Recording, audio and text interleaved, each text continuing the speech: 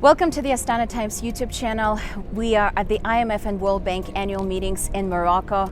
It's a historical moment as Morocco steps up to host this event, especially after the devastating earthquake that struck on September 8th. Despite the challenges, Morocco's resilience shines through as it opens its doors to the world. One of the highlights of the meetings was the unveiling of the World Economic Outlook by the IMF. According to the IMF, global growth is slowing this year to 3% and 2.9% in 2024 amid widening divergence. Stronger growth is expected in the US and large emerging markets, with downward revisions for China and the euro area. The latest World Economic Outlook report signs that policy tightening is starting to cool activity, despite core inflation proving persistent. Risks are more balanced as banking sector stress has receded, but they remain tilted to the downside. As for Kazakhstan, its growth is poised to make a strong comeback this year thanks to robust domestic demand and increased oil production driven by the alleviation of operational constraints affecting the Caspian Pipeline Consortium and the Tengiz oil field expansion.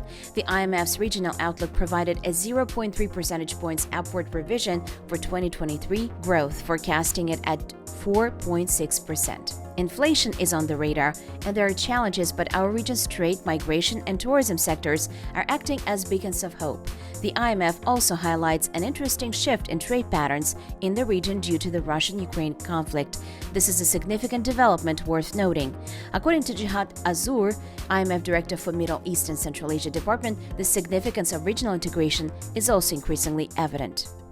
This is a priority that we at the fund we have been working on for the last few years, and we have developed several opportunities to promote regional integration.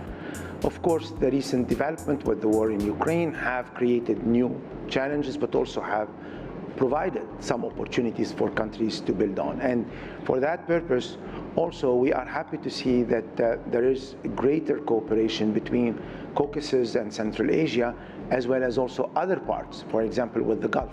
This year, a summit took place between GCC and CCA on promoting regional cooperation. And this is something that we encourage and we work on through promoting trade integration, infrastructure integration, not only in terms of road network, rail network, but also electricity network. And there are certain number of initiatives that one could build on, in addition to growing the regional financial markets and uniform some of the regulations between countries. Of course, this is very important to build a new, I would say, growth model for the region and bring back the level of growth to what it was maybe a decade ago, to allow those economies to converge faster with the emerging European countries. And that's a wrap up for today's report. As emphasized by both IMF and the World Bank, our world faces a complex landscape of economic challenges.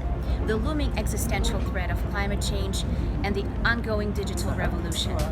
In navigating these turbulent waters, the key to success lies in implementing well-crafted and strategically timed policies. These policies will be the linchpin in propelling economic growth while supporting the crucial transitions toward a greener, more sustainable future in a digitally connected world. Stay tuned for more.